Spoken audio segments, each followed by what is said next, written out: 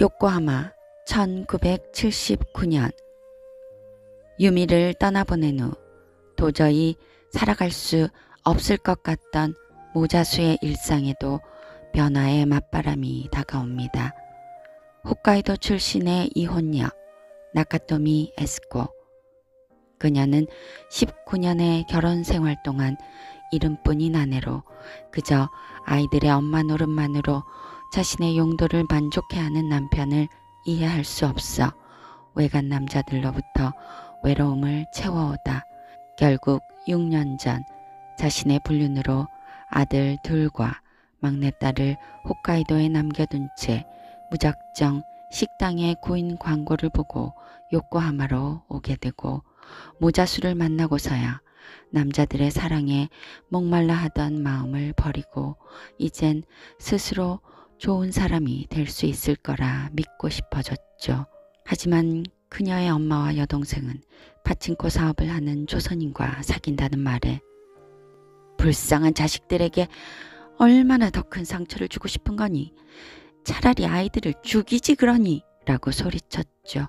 그날 아침엔 100명의 아이들을 초대해 성대에 치를 솔로몬의 14번째 생일 파티 준비를 일찌감치 끝내서 즐거워야 했지만 15살 딸아이 하나가 임신 4개월째라며 당장 도쿄에서 요코하마로 온다는 소식에 마음이 어지러워집니다. 솔로몬을 데리러 가는 차 안에서 모자수가 내민 다이아몬드가 박힌 금시계를 보며 에스코는 그의 정부가 될 수 없는 자신의 현실에 눈물을 흘리고 3년 동안 매년 다이아몬드 반지를 내놓던 모자수가 최근 트렌드를 따라 시계로 바꿔서 가져온 이 상황에서 그를 받아들이지 못하는 자신과 포기하지 않는 모자수가 어떻게 함께 할 수 있을런지 알 수 없는 마음이 듭니다.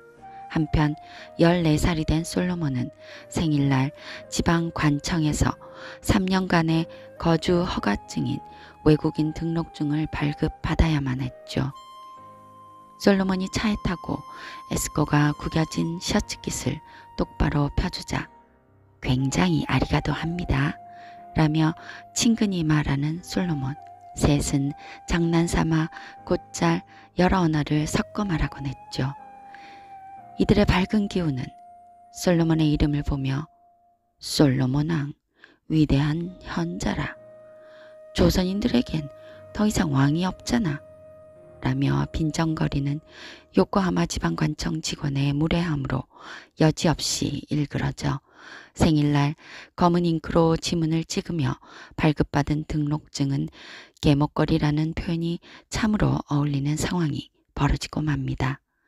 에스코는 가엾은 솔로몬의 팔을 쓰다듬으며 그의 모욕을 자신의 것이냐 기억 속 서류철에 끼워넣고 싶어졌죠. 하나는 부모가 이혼한 후 가족 중 유일하게 에스코와 소통하고 있었지만 11살이 됐을 때 엄마에게 딸로서라기보다 친한 친구처럼 소통할 수 있기를 원했고 에스코는 그 의견을 존중해준 후론 엄마로서 걱정도 잔소리도 제대로 할 수가 없었죠.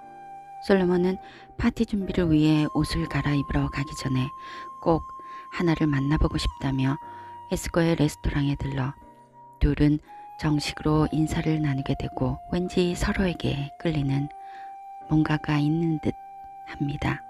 에스코는 오랫동안 만져보지 못한 딸의 부드러운 머릿결을 쓰다듬으며 옛 추억을 떠올려보죠.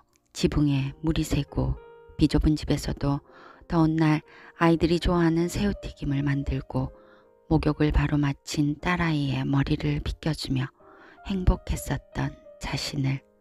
하지만 양육권을 얻으려 노력했을 때 직업도 기술도 없어 소용없을 거라며 아예 포기하라던 변호사 덕분에 아이들에겐 완전히 엄마로서 다가갈 수 없는 상황이 벌어진 일. 훌륭하고 좋은 엄마가 될 순 없었지만 그래도 자신은 영원히 엄마라는 사실을 잊지 않고 있다는 현실도 아프게 느껴집니다. 그러나 엄마는 세상에서 가장 이기적인 여자야. 하나의 차가운 내뱉음. 딸은 울면서 엄마가 그 남자와 자고 그 남자 돈으로 가게를 차리고도 결혼하지 않는 건 남들에게 욕먹고 싶지 않아서지. 스스로 희생자라고 생각하지만 늙어가는 게 두려워서 다른 남자들과 바람 피웠을 뿐이야. 스스로 괴물이라고 생각하는 자신의 모습과 아이들의 생각도 똑같다는 사실에 얼어붙고 말죠. 결국엔 식당에서 4블럭 떨어져 있는 자신의 거처로 하나를 데려가고 하나는 그토록 그리워하던 엄마의 냄새가 단순히 향수 냄새뿐만 아니라 에스코의 채취와 향수가 복합된 냄새였다는 걸 알게 되죠.